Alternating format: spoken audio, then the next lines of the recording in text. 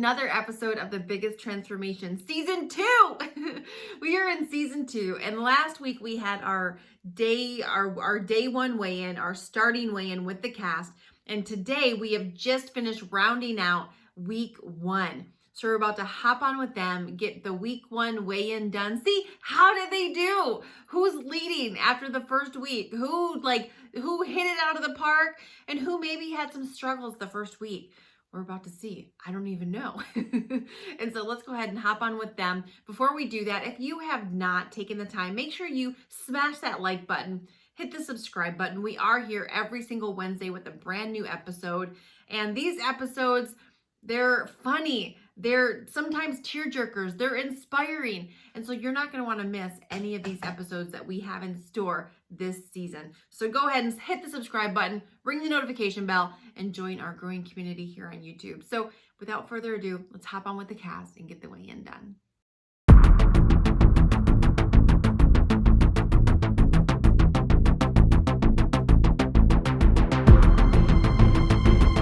Let's get to our weigh-ins. It's our week 1 weigh-in. Woo!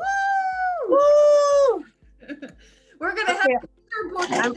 We're going to see who's in the lead. All right, Jen.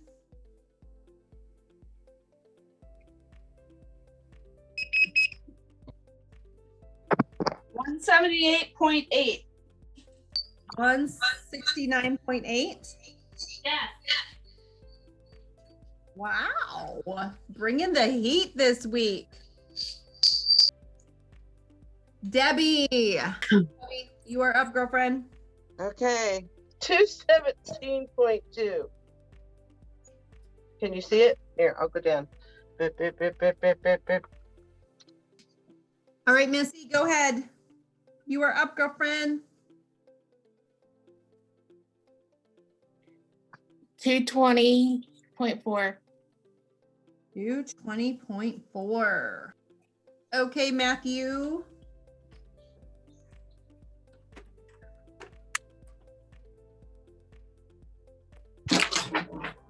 287.5.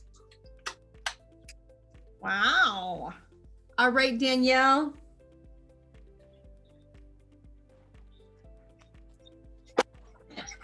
225.4. Laura, step into the scale. 234.6. Awesome job.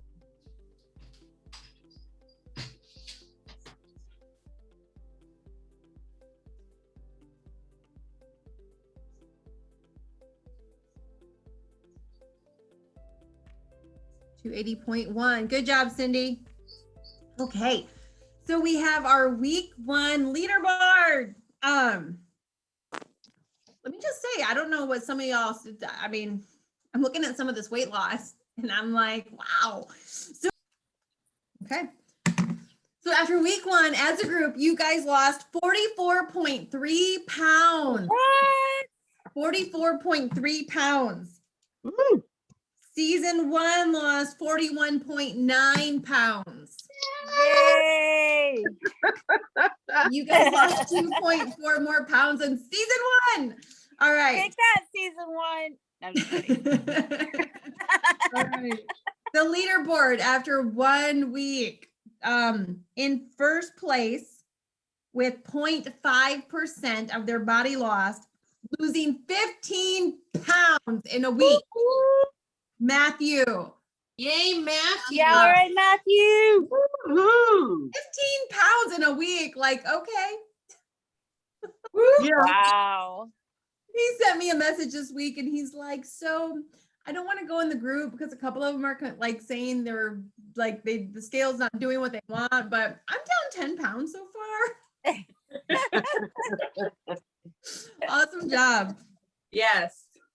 All right. In second place with a total of 0.41%, 9.2 pounds this week, Debbie. Woo, Debbie, you lost 9.2 pounds this week? You were a little sneaker this week. I did not see that coming. Good job. Worked my butt off. Clearly, so you lost some of your butt. Clearly, you lost. I did. It feels so good. In third place by less than a 0.1 of a percent separates second and third place. In third place with 0.4%, 7.1 pounds lost this week. Mary Star, good job. Yay! So Mary. So like between second and third place, there was like a little Uh-huh. she's nipping at your tail, Debbie. Uh-huh. I can 7.1 run pounds. now. Awesome job. Fourth place with 0.18. Miss Laura, 4.2 pounds. Congratulations. Thank you. Fifth place with 0.14, 3.2 pounds lost last week. Missy. Woo woo. Sixth place with 0.11, 2.4 pounds. Our little mama, Miss Danielle. Yay! Congratulations. Although, let me just warn y'all, in about 8 weeks, Danielle, Oh, that doesn't count. a big leap. Yeah. I'm Sure sorry. it does. Oh, All right. In seventh place with 0.08%, 2.2 pounds lost last week, Mrs. Cindy. And in eighth place with 0.06, 1 pound lost last week, Miss Jennifer Short. Good job. Good job, everybody. 44.3 pounds. 44.3 pounds. Incredible. Awesome job to all of you. And so here's what I'm going to say really quickly about this competition part. Competition, if we allow it to, can pull the best out in us. It's not about comparing, it's about doing your best. And so, really looking at what's not healthy when it comes to competition is beating yourself up because you didn't perform the way somebody else did. That's not healthy, okay? What is healthy is to use it to drive you and say, okay, what did they do last week that I didn't? Week 1 is done. So where can I improve? Like, where did I do really good in week 1? Like, where did I nail it? Because we all have spots where we hit it out of the park last week, okay? All of you have spots where you just nailed it. But where, after week 1, can you look at and be like, okay, maybe I can improve on this. Maybe I can improve on that. Every single person lost weight last week, which is awesome. Awesome. It is a step in the right direction. And listen, your goal, getting from where you're at to where your goal, isn't one giant step. It's not 2 giant steps. It's a bunch of little steps followed by each other that get you from where you're at to where you want to be. And so all of you took a step from where you're at towards where you're going. And so proud of you. Awesome freaking job. So your question this week is it's a 2-part question. What was your biggest struggle and what was your biggest triumph? So we're going to go in the same order.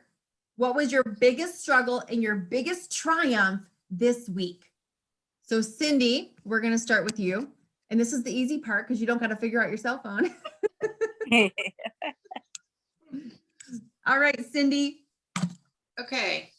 So my biggest struggle this week was getting all my water in. Before I could drink water all the time. But once I cut out sugar, I was like not thirsty anymore. So I think I've only 2 days this week gotten all my water in. But my biggest achievement is I worked out. I worked out every day. Every day it's getting a little easier. It's still hard, but it's getting a little easier. And for me to get this body moving and grooving, I'm pretty proud of that. All right, Miss Jen Short. Hi there. Your biggest struggle this week and your biggest achievement this week?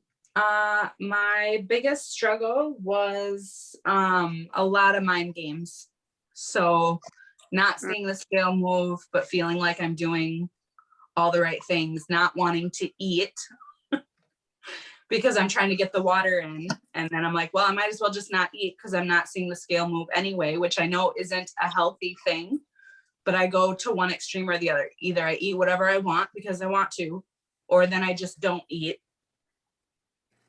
So there was just a lot of mental stuff. That was a really big struggle for me. My triumph is I got my water in every day, except for one day I was about 20 ounces short. But otherwise, every day I got my water in. Awesome job. So Hi, Mary Star. Hey. Biggest struggle this week and the biggest thing that you did really good. Okay, so I'm going to start with the triumph because that led to my struggle. My biggest triumph this week was that time nutrition and just eating on plan and just following the directions. And I wasn't having cravings. We had a birthday party, didn't want cake, didn't want ice cream. Like I made it all the way to Saturday to my biggest struggle when the groceries were down. I was a little lax on my planning and didn't have, everything available. And then I was like, ooh, wanting to eat some of my kids' pizza or, whatever it was. And I struggled, but having the accountability, knowing I was showing up today and that I do want to, when I say win, I mean win it for me. Like I do want to lose 50 pounds, and that knowing that just like got me over touching anything that I shouldn't touch, cheese, all the things I didn't have left in my containers. So awesome. Well, you're 14% at week 1, you're 14% of the way to your goal. Wow. Danielle. So what was your biggest struggle this week and your biggest triumph? My biggest struggle was evening snacking, like my want to snack in the evenings, because that is my biggest struggle. When my husband's working late on the field and I'm all alone and the kids are in bed, I'm just like, okay, let's watch a movie and pig out. But I didn't. There was one evening, I think it was 2 nights ago, that I had my snack in the evening was just an energy ball, like a peanut butter thing. And I was like, well, it would only put me over like 100 more calories if I have 2 of them. So I had them on a plate, I had them in front of me, but then I went and put it back in the fridge. So I'm like, no, I can't do it. So it kind of goes hand in hand with my biggest triumph, I guess, but also water. That's a big thing for me. That was a big triumph that I got over a gallon every day. And because being pregnant, I was probably going to the bathroom every 15 minutes, but at least I got it in. So Awesome job. Awesome job. You actually had it on your plate and you went and put it back. yeah. That's a pretty incredible. Yeah. Proud of myself. All right, Miss Debbie, your biggest struggle in week 1 and your biggest triumph. My biggest struggle was not licking my finger, which I did on Wednesday, but I didn't from then on. And my biggest triumph, I had it in my head, it went away. Oh, I know, we went out to eat. And everybody else was having steak and potatoes and bread and all this stuff. And I didn't. I ordered a salad and fish, and then another salad for my side. And it was good. It was fun. I love salads. And I took my own skinny girl dressing. Oh, so good. So that was my triumph, not eating any of their vegetables and stuff with all the butter. It's amazing. Good job. And I love that you took your own dressing. Listen, I think it's brilliant just to put your own dressing in your purse and just carry it in and just be like, woo! Yeah. That's good job though. Good job. And 9.2 pounds. That's girlfriend. Amazing. Like coming like I yeah. Mm-hmm. Okay. All right, Matthew. So was your biggest struggle in week 1 and your biggest triumph? So my biggest struggle for certain was getting up every day to exercise. I'm usually not a big fan of getting up early, love my sleep, but it's I know that for the most part, if I don't do it at first thing in the morning, I'm just not going to do it at all. So actually, yeah. And the worst of that was Saturday when I woke up fully convinced that I just didn't even have it in me. And I was like, okay, I'm going to start badly, but I'm going to start, it'll be fine. And that actually became, I think my achievement was that at the end of it, I did it and I felt like I'd actually accomplished something. And, you look at the little video clips of exercising, that's definitely not going to watch those much, because looking at that, he's not even exercising, he's just sort of flailing, but it's movement, right? And so that was the biggest achievement, was actually sticking with it for the whole week, but Awesome job. Good job pushing through your want tos and doing what you should do. That is huge. And that is like such a success habit. And you already pushed through that I don't want to and I should do on week 1. So good job doing that. That's really awesome. Awesome job this week, Matthew. All right, Missy. Your biggest struggle this week, and your greatest triumph.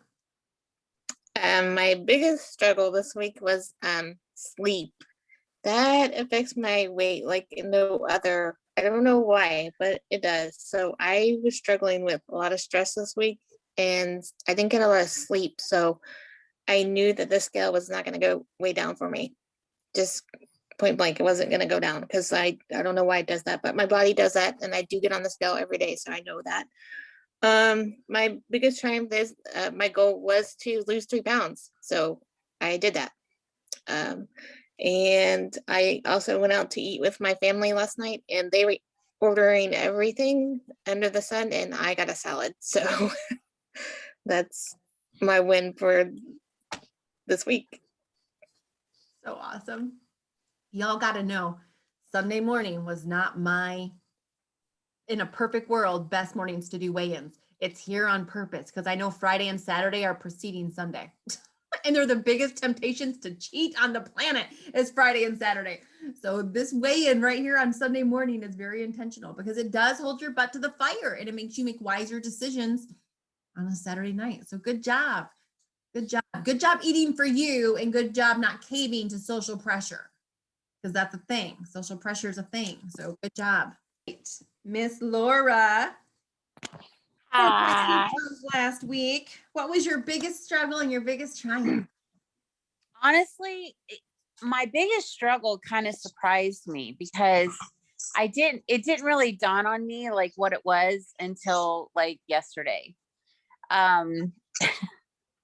So I knew that this journey was going to be tough, but I was like, I was thinking about the physical toughness and the not eating toughness. And it was like, it's been like an emotional toughness, like, because I can't turn to food when I'm emotional or when I'm, dealing with something, like I can't do that. So I'm being forced to like kind of look at myself a little bit.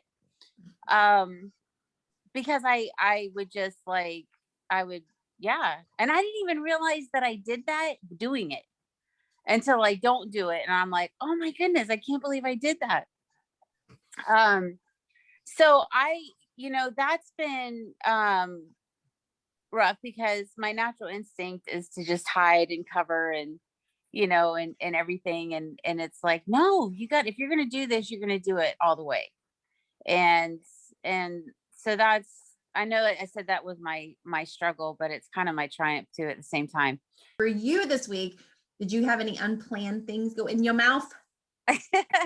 I did not, but not because, real quick, I was hungry. I ordered from Chili's, but I was like, I'll do the meat, I'll do a sweet potato, I'll do a salad. And it was like in my head, I was justifying it. Well, wouldn't you know, they dropped off the wrong food. And I was like, all right, God, all right, I hear you. It's not going to happen, so I didn't cheat, but not because I didn't try to cheat. So I'm just being completely honest here. But when I opened up the bag and it was completely the wrong order, I was like, you've got to be kidding me. So I was like, That's all amazing. right, no more, not doing it. So yeah, it was funny. Oh, that's So no, but not that you can never have a treat. It's planning it. You notice I'm not saying, did you have a planned treat? If you have Reese's peanut butter cups planned on your meal plan, eat them. It's the unplanned things going in your mouth which causes to get to where we don't want to go. It's never the planning the junk food. It's the unplanned junk food. I Mhm. ate junk food. Last night, I probably ate a quarter of a loaf of challah bread. It was planned. I'm at my maintenance, so I plan, but I've maintained a size 2 by still planning my cheats. I don't just go hog wild whenever I want. So this isn't about deprivation. This is about balance, but it's learning how to plan when you're going to go off the rail, planning when you're going to indulge, and staying on plan the rest of the time.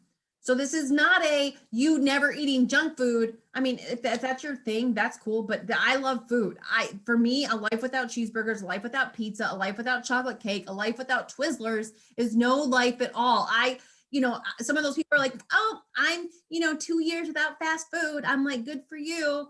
I still like Taco Bell. That's fantastic for you. I mean, that's great for them. But I'm not going to feel bad that I love Taco Bell and that sometimes that's a treat meal for me, a cheat meal, whatever you want to call it. That's whatever. So, if you're somebody if this isn't about eating your favorite foods again, it's about learning how to plan it out and eat them within balance, depriving yourself and never eating it. Does that make sense? Yes. Okay. And so often people get too strict and they're like, no sugar, no carbs, no da da da da. And then they lose the weight. And let me just tell you, however you lose it, you must be willing to maintain it that way. That's that go work out 3-4 hours a day in the gym. And then they get to their goal weight. Whatever you're going to do to lose the weight, you must be willing to do to maintain it, or you won't maintain it. All right. That's And good. this is a balance. That's why I've been able to maintain it. No, I do eat good more than I eat bad. Otherwise, I would not maintain my weight. So funny. I'll post food on my stories and it never fails. I get messages. People are like, how do you eat all this bad food and stay a size 2? I'm like, because Monday through Friday until 6, I'm eating the chicken and the broccoli. I eat ice cream all week. I don't eat it's anyway.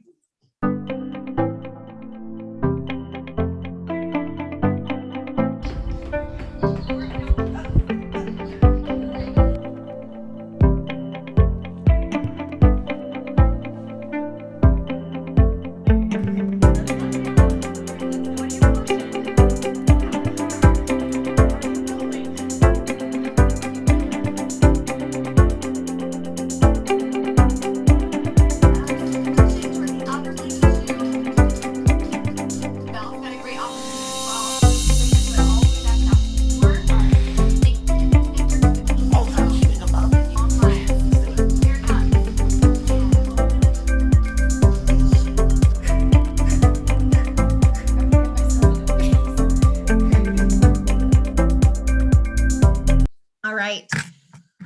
So what I want to chat with you guys about really quickly in our last 10 minutes this week is, and there's so many, you guys got to know, this is like week 1, right? So there's so many things I want you to know right now, but I know that's a process. It would be great if I could just put a plug in my head and plug it into your head and just download all the knowledge I've gained for the past, whatever years. But anyway, but what I will tell you is the most important thing for you right now is life and death is in the power of your tongue. What you choose to speak, what you choose to say, what words you allow to come out of your mouth. Listen, being negative is a habit, just like being positive is a habit. Complaining is a habit, just like being grateful and is a habit.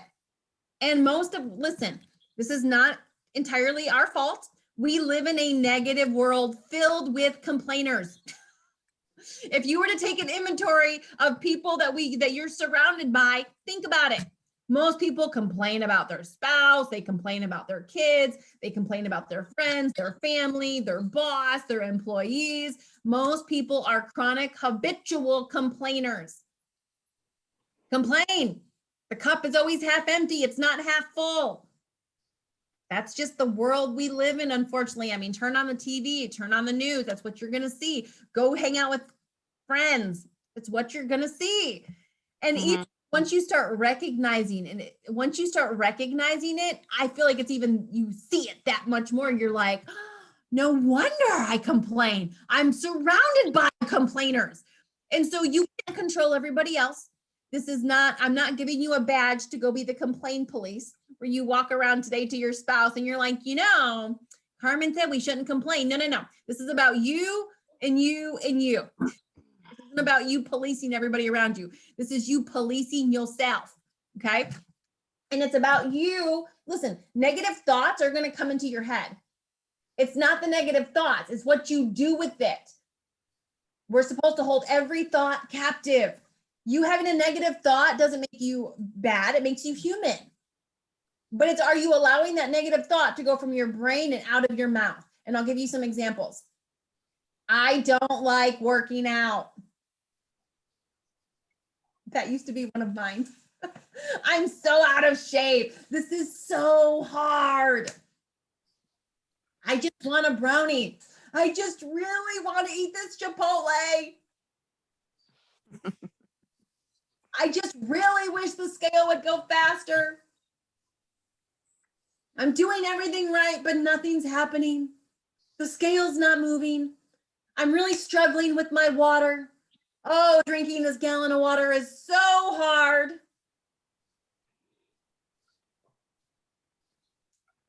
So if word is seed, okay? If word is seed, think about it. We plant seed in the ground. What happens when we plant seed in the ground? It grows, right? The seeds we plant grow. So what happens if we plant, it's so hard to drink my water? What happens if we plant that in the ground? What's going to grow? It's so hard to drink my water.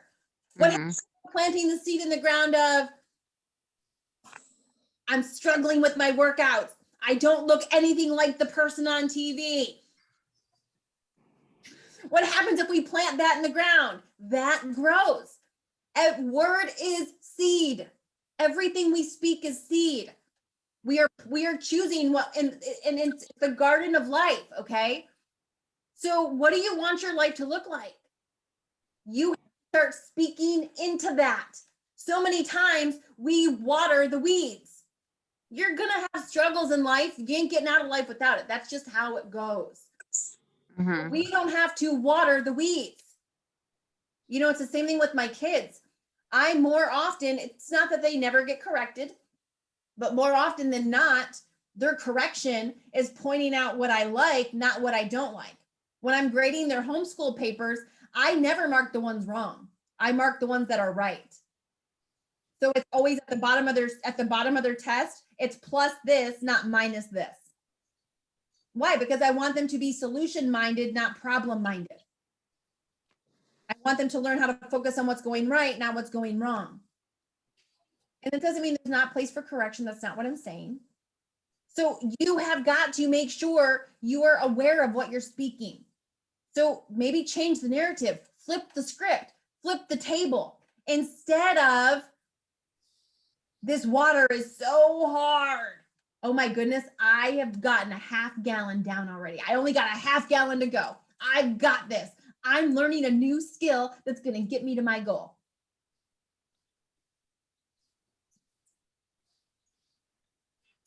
You know what? I'm learning to love celery.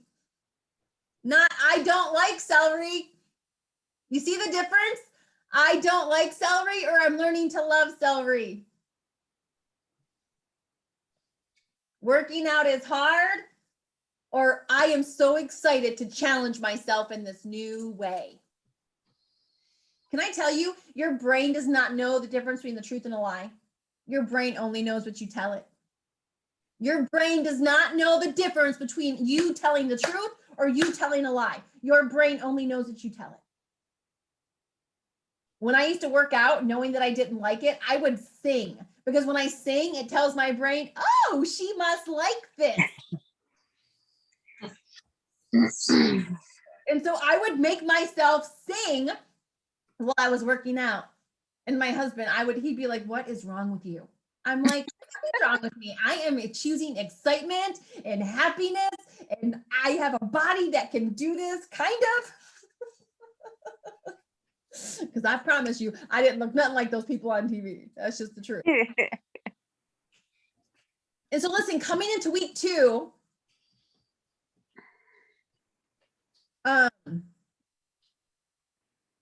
it's about you believing that you can do this. I know you're here, but it's about you really believing that this time is the time. Quitting is off the table. Quitting obviously is not an option. And this time you are going the entire way. This time you are going to be the story that is inspiring everybody else, instead of constantly looking at everybody else's story being inspired. You are actually going to become the inspiration. You're going to go from being inspired by somebody else's before and after to becoming that inspiration. And you're going to learn the skills along the way, that so when you get there, you're going to freaking maintain it. That when you get there, you're going to hold your ground. That when you get there, you're not going to go back to where you came from. Mm-hmm. You're going to learn from everything that you're going through these next several months we're spending together. And so this week, I want you to continue to stay strong on your calendar of no unplanned treats, no unplanned cheats. Let's see how far can we get your streak, your winning streak. That's your winning streak.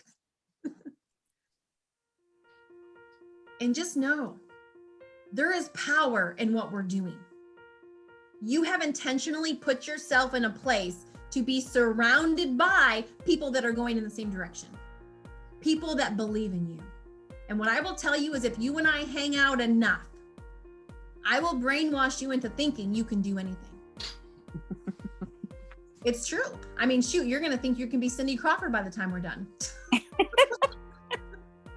It's true. If you don't think you can do something, typically it's because you're not hanging out with the right people. We're a sum total of the 5 closest people that we hang out with. And you know what? Some of the people that I choose to hang out with, on a weekly basis, my 5 people I choose to surround myself with, some of them don't even know my name. I've chose to let them be a virtual influence on me. They don't know me. I don't even personally know them. I know them through a screen just like this. We're influenced by screens. We're influenced by who we hang out with. And so excited that we've chosen to hang out together for these next couple months and watch the transformation that's going to come, watch the changes that are going to come because of the environment that you've intentionally put yourself in.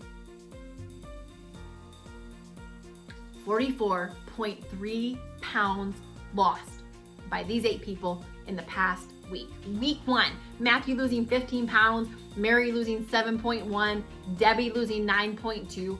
Give me a freaking break. Freaking incredible. And just a side note, season 2 lost more in their first week than season 1 did. So, I mean, kind of a proud mama moment about that. But listen, we are going to be here for the next 12 weeks journeying with these people. We are going to be here for the next 12 weeks following them on their journey of ups and downs and wins and losses and overcoming and setbacks. Why? Because this is life, and that's how weight loss goes. Sometimes it's not always perfect, but here on the Biggest Transformation, you're going to see the realness of what they're actually going through, what they're journeying through, and more importantly, how they are making choices and taking steps to overcome it. So smash the like button. If you have a social media account, make sure to share this. We live in a world, everybody needs inspiration. And what these 8 people are doing is freaking inspiring. Whether you have weight to lose or not, when you watch somebody overcome something hard in their life, it is inspiring.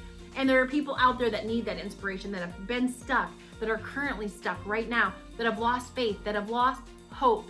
And what these 8 people are doing is spreading hope and spreading inspiration. So thank you so much for being here. We will see you next week, same time, same place, with another episode of The Biggest Transformation, Season 2.